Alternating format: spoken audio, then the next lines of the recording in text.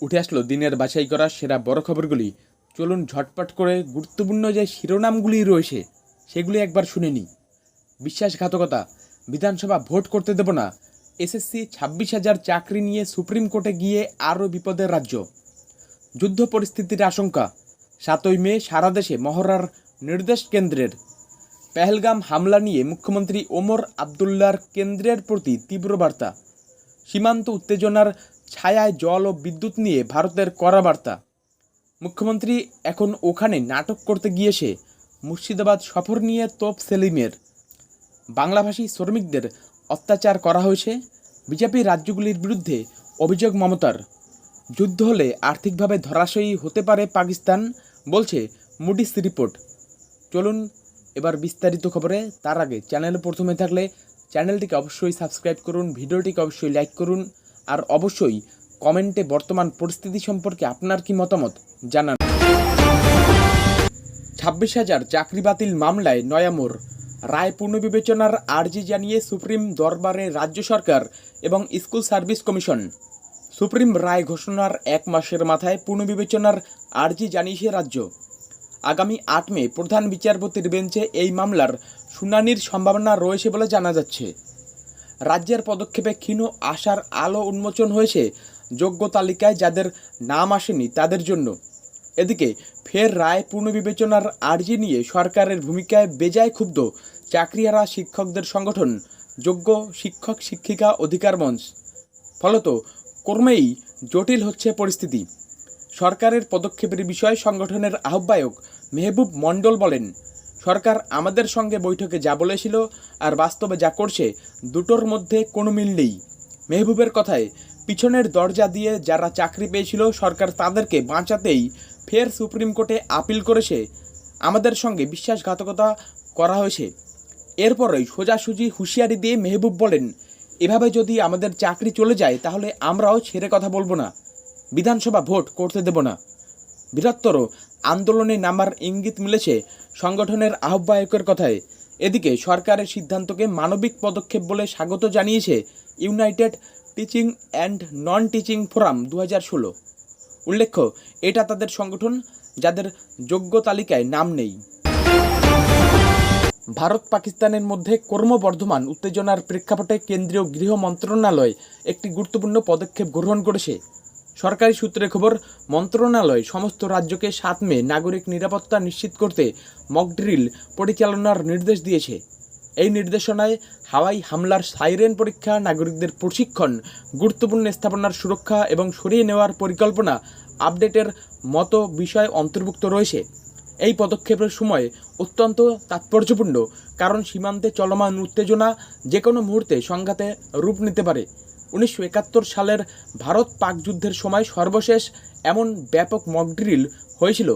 বিশ্লেষকদের মতে এই উদ্যোগ জনগণের মধ্যে আত্মবিশ্বাস জাগানোর পাশাপাশি জরুরি পরিস্থিতির জন্য প্রস্তুতি জোরদার করছে। গৃহ মন্ত্রণালয়ের এক কর্মকর্তা বলেন, এই মকড্রিল জাতীয় নিরাপত্তার স্বার্থে অত্যন্ত জরুরি। আমাদের লক্ষ্য হল নাগরিকদের সুরক্ষা এবং স্থিতিশীলতা নিশ্চিত করা। পরিপ্রেক্ষিতে জম্মু কাশ্মীরে শাসন ও উন্নয়নের ধারাবাহিকতা বজায় রাখতে কেন্দ্র সরকারের শীর্ষস্তরের সচেষ্ট ভূমিকা পালনের কথা স্পষ্ট করেছেন মুখ্যমন্ত্রী ওমর আবদুল্লা। সিভিল সেক্রেটারিয়েট শীর্ষ কর্মকর্তাদের সঙ্গে বৈঠকে তিনি বলেন, কেন্দ্র চায় যেন কোনো ঘটনা রাজ্যের উন্নয়নকে বাধাগ্রস্ত না করুক। তিনি পর্যটন খাতে হামলার প্রভাব স্বীকার করে সুরক্ষা ব্যবস্থা আরও জোরদারের আহ্বান জানান। এছাড়া অমরনাথ যাত্রা ও রেল টু কাশ্মীর প্রকল্পের মাধ্যমে অর্থনৈতিক গতিশীলতা বাড়াতে সরকারি প্রচেষ্টার পাশাপাশি জনগণের সহযোগিতা প্রয়োজন বলে মন্তব্য করেন তিনি। সামগ্রিকভাবে উন্নয়ন ও শাসন সংস্কারের জন্য পরবর্তী 6 মাসে লক্ষ্য অর্জনের দৃঢ় প্রতিজ্ঞ প্রকাশ করে উমর বলেন, আমরা যা নিয়ন্ত্রণে রাখতে পারি তার উপরই মনোনিবেশ করব। জম্মু কাশ্মীরের পেহেলগামে সাম্প্রতিক সন্ত্রাসী হামলায় 26 জনের প্রাণহানির পর ভারত পাকিস্তান সম্পর্কে নতুন উত্তেজনা দেখা দিয়েছে।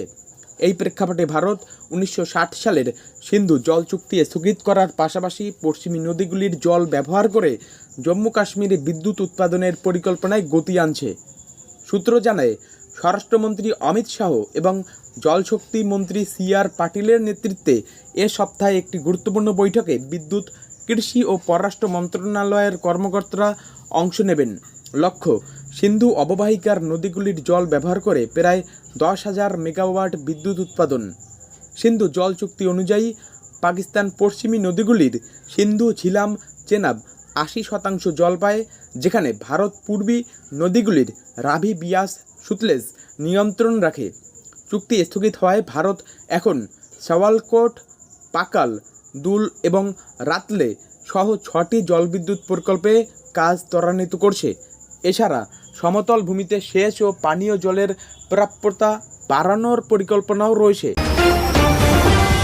সোমবার মুর্শিদাবাদ সফরে এসেছেন মুখ্যমন্ত্রী মমতা বন্দ্যোপাধ্যায়। এখানে 3 দিনের সফরে এসেছেন তিনি। এই জেলাতেই ওয়াকফ সংশোধনী আইনকে কেন্দ্র করে কদিন আগে অশান্তির বাতাবরণ তৈরি হয়েছিল। তা নিয়ে রাজ্য রাজনীতি সরগরম হয়ে ওঠে। তবে মুর্শিদাবাদের পরিস্থিতি এখন পুরোপুরি নিয়ন্ত্রণে, আর তাই সেখানে যান মুখ্যমন্ত্রী। তিনি অশান্তির বিরুদ্ধে বলে নিজেই সে কথা জানিয়েছেন, কিন্তু সিপিএম এই সফরকে কেন্দ্র করে মুখ্যমন্ত্রীর বিরুদ্ধে তোপ দেখেছে। এই তোপ দাগেন রাজ্য সম্পাদক মোহাম্মদ সেলিম। এই হিংসা এবং অশান্তি যে পূর্ব পরিকল্পিত, তাও নবাবের জেলার মাটিতে দাঁড়িয়ে জানিয়ে দেন মুখ্যমন্ত্রী। মুখ্যমন্ত্রী সেখানে পৌঁছে ক্ষতিগ্রস্ত মানুষজনের সঙ্গে কথা বলতে শুরু করেন আর ক্ষতিপূরণও দিতে চান। সকলের পাশে থাকার বার্তা দেন মমতা বন্দ্যোপাধ্যায়। কিন্তু এই সফর নিয়ে মোহাম্মদ সেলিম বলেন, মন্দির মসজিদ রাজনীতি করে আজ এই অবস্থা তৈরি করেছে। এতদিন পর মমতা যাচ্ছে, এখন গিয়ে কোনো লাভ হবে না। মুর্শিদাবাদের যে ঘটনা ঘটেছে সেটা বিজেপি এবং তৃণমূল উভয়ই 2026 সালের নির্বাচনের আগে বিভাজনের রাজনীতি তৈরি করতে চাইছে, মানুষে মানুষে ভাগ করতে চাইছে। সোমবার মুখ্যমন্ত্রী মমতা বন্দ্যোপাধ্যায় মুর্শিদাবাদ সফরে গিয়েছেন। ডুমুরজলা স্টেডিয়াম থেকে হেলিকপ্টার করে মুর্শিদাবাদে যান তিনি। এই জেলাতেই ওয়াকফ সংশোধনী আইনকে কেন্দ্র করে কদিন আগে অশান্তির বাতাবরণ তৈরি হয়েছিল।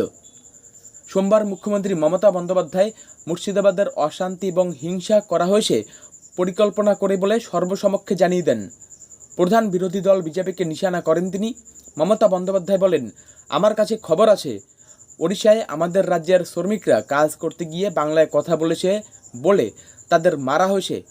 কেন হবে এটা? বাংলায় কথা বলা কি দোষের? শুধু ওড়িশায় নয়, বিহার, রাজস্থান, মহারাষ্ট্রেও বাংলাভাষী শ্রমিকদের উপর অত্যাচার করা হয়েছে। এই সমস্ত রাজ্যের সরকারের উদ্দেশ্যে বলছি, এসব বন্ধ করুন। স্বরাষ্ট্র সচিবকে বলেছি বিষয়টা নিয়ে সংশ্লিষ্ট রাজ্য সরকারের সঙ্গে কথা বলতে। ইতিমধ্যেই ডিজি ওড়িশায় ডিজির সঙ্গে কথা বলেছেন। মুখ্যমন্ত্রী সেখানে পৌঁছে ক্ষতিগ্রস্ত মানুষদের সঙ্গে কথা বলতে শুরু করেছেন আর ক্ষতিপূরণও দিতে চান। সকলের পাশে থাকার বার্তা দেন মমতা বন্দ্যোপাধ্যায়। জম্মু ও কাশ্মীরের পেহেলগাঁও হামলার পর থেকে ভারত পাকিস্তানের মধ্যে সংঘাত, তিক্ততা বেড়েই চলেছে। আর ভারতের সঙ্গে উত্তেজনা বৃদ্ধিতে পাকিস্তানের বৈদেশিক অর্থসংস্থানের সুযোগ ব্যাহত এবং বৈদেশিক মুদ্রার রিজার্ভের উপর চাপ সৃষ্টি করবে, এভাবেই সতর্ক করেছে বিশ্বব্যাপী রেটিং সংস্থা মুডিস। একই সঙ্গে প্রতিবেদনে বলা হয়েছে, পাকিস্তানের বৈদেশিক মুদ্রার রিজার্ভ আগামী কয়েক বছরের জন্য তার বৈদেশিক ঋণ পরিশোধের প্রয়োজনের তুলনায় অনেক কম। মুডিস রিপোর্টে বলেছে, বর্তমানে ভারতের সামগ্রিক অর্থনৈতিক অবস্থা স্থিতিশীল। দুই দেশের মধ্যে স্থানীয় উত্তেজনা বৃদ্ধি পেলেও ভারতের অর্থনৈতিক কার্যকলাপে বড় ধরনের ব্যাঘাত ঘটবে না বলে আশাবাদী মুডিস। কারণ পাকিস্তানের সঙ্গে ভারতের আর্থিক সম্পর্ক ন্যূনতম 2024 সালে ভারতের মোট রপ্তানির 0.5%-এরও কম পাকিস্তানে ছিল। তবে উচ্চ প্রতিরক্ষা ব্যয় ভারতের আর্থিক শক্তির উপর চাপ সৃষ্টি করতে পারে এবং এর আর্থিক স্থিতি অবস্থাকে ধীরে ধীরে ব্যাহত করতে পারে বলে বিশ্বব্যাপী রেটিং সংস্থাটি জোর দিয়ে বলেছে।